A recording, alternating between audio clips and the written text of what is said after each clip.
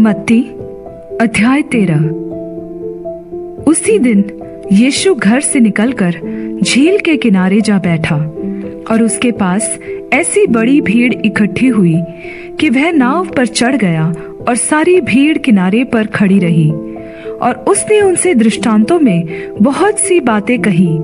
एक बोने वाला बीज बोने निकला। बोते समय कुछ बीज मार्ग के किनारे गिरे और पक्षियों ने आकर उन्हें चुग लिया। कुछ बीज पथरीली भूमि पर गिरे, जहां उन्हें बहुत मिट्टी न मिली और नरम मिट्टी न मिलने के कारण वे जल्द उग आए।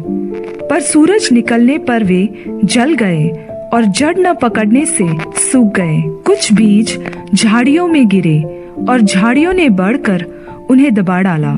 पर कुछ अच्छी भूमि पर गिरे और फल लाए, कोई 100 गुना, कोई 60 गुना, कोई 30 गुना।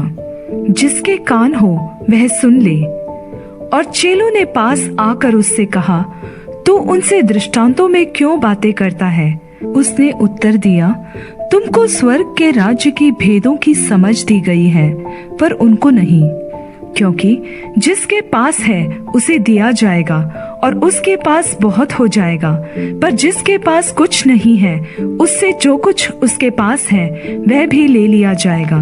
मैं उनसे दृष्टांतों में इसलिए बातें करता हूँ कि वे देखते हुए नहीं देखते और सुनते हुए नहीं सुनते और नहीं समझते। और उनके विषय में यशाया की यह भविष्यवाणी पूरी होती है, तुम कानों से तो सुनोगे पर समझोगे नहीं, और आंखों से तो देखोगे पर तुम्हें न सूझेगा।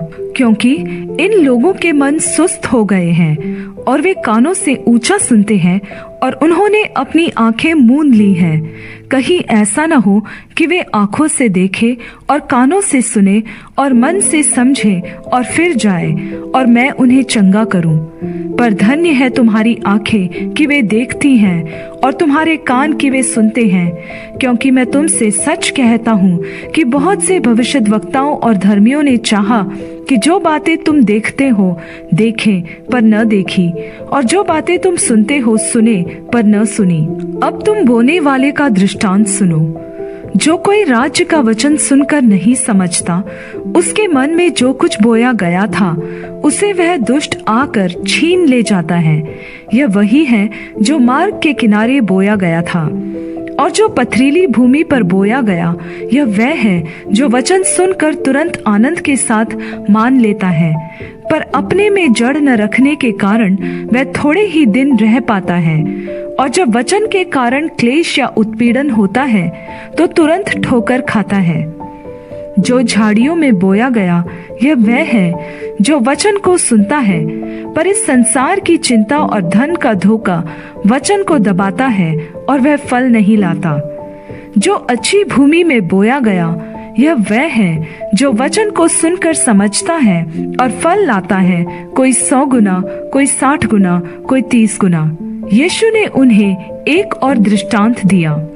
स्वर्ग का राज्य उस मनुष्य के समान है जिसने अपने खेत में अच्छा बीज बोया।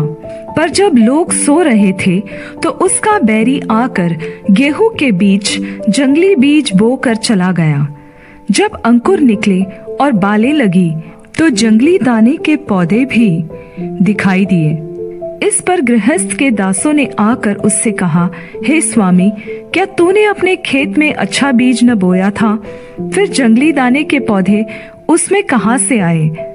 उसने उनसे कहा, यह किसी शत्रु का काम है। दासों ने उससे कहा, क्या तेरी इच्छा है कि हम जाकर उनको बटोर लें? उसने कहा, नहीं, ऐसा न हो कि जंगली दाने के पौधे बटोरते हुए तुम उनके साथ गेहूं भी उखाड़ लो। कटनी तक दोनों को एक साथ बढ़ने दो, और कटनी के समय मैं काटने वालों से कहूँगा, पहले जंगली दाने के पौधे बटोर कर जलाने के लिए उनके गट्ठे बांध लो, और गेहूं को मेरे खत्ते में इकट्ठा करो। उसने उन्हें एक और दृष्टांत दिया। स्वर्ग का राज्य राई के एक दाने के समान है, जिसे किसी मनुष्य ने लेकर अपने खेत में बो दिया।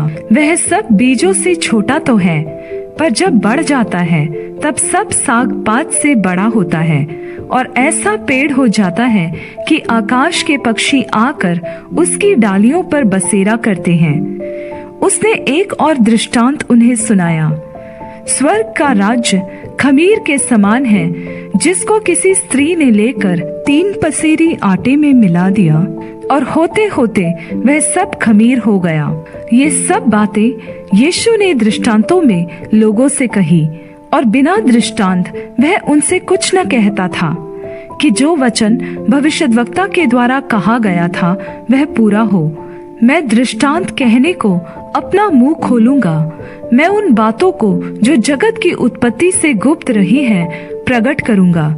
तब वह भीड़ को छोड़कर घर में आया और उसके चेलों ने उसके पास आकर कहा, खेत के जंगली दाने का दृष्टांत हमें समझा दे। उसने उनको उत्तर दिया, अच्छे बीज का बोने वाला मनुष्य का पुत्र है। खेत संसार है, अच्छा बीज राज्य के संतान और जंगली बीज दुष्ट के संतान है। जिस शत्रु ने उनको बोया वह शैतान है। कटनी जगत का अंत है और काटने वाले स्वर्गदूत है। अतः जैसे जंगली दाने बटोरे जाते और जलाए जाते हैं, वैसा ही जगत के अंत में होगा।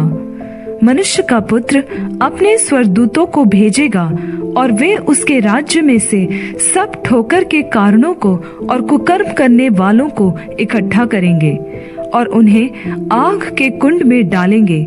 वहां रोना और दांत पीसना होगा। उस समय धर्मी अपने पिता के राज्य में सूर्य के समान चमकेंगे। जिसके कान हो वह सुन ले। स्वर्ग का राज्य खेत में छिपे हुए धन के समान है, जिसे किसी मनुष्य ने पाकर छिपा दिया और आनंद के मारे जाकर अपना सब कुछ बेचकर उस खेत को मोल लिया। फिर स्वर्ग का राज्य एक व्यापारी के समान है, जो अच्छे मोतियों की खोज में था। जब उसे एक बहुमूल्य मोती मिला तो उसने जाकर अपना सब कुछ बेच डाला और उसे मोल ले लिया। फिर स्वर्ग का राज्य उस बड़े जाल के समान है, जो समुद्र में डाला गया और हर प्रकार की मछलियों को समेट लाया। और जब जाल भर गया तो मछुए किनारे पर खींच लाए और बैठकर अच्छी अच्छी तो बर्तनों में इकट्ठा किया और बेकार बेकार फेंक दी। जगत के अंत में ऐसा ही होगा। स्वर्गदूत आकर दुष्टों को धर्मियों से अलग करेंगे और उन्हें आग के कुंड में डालेंगे। वहां रोना और दांत पीसना होगा। क्या तुम ये सब बातें समझ गए? चेलों ने उत्तर दिया, हाँ।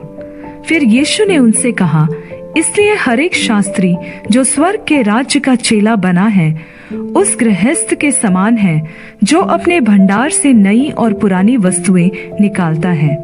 जब यीशु ये सब दृष्टांत कह चुका तो वहां से चला गया और अपने नगर में आकर उनके आराधनालय में उन्हें ऐसा उपदेश देने लगा कि वे चकित होकर कहने लगे, इसको यह ज्ञान और सामर्थ्य के काम कहाँ से मिले?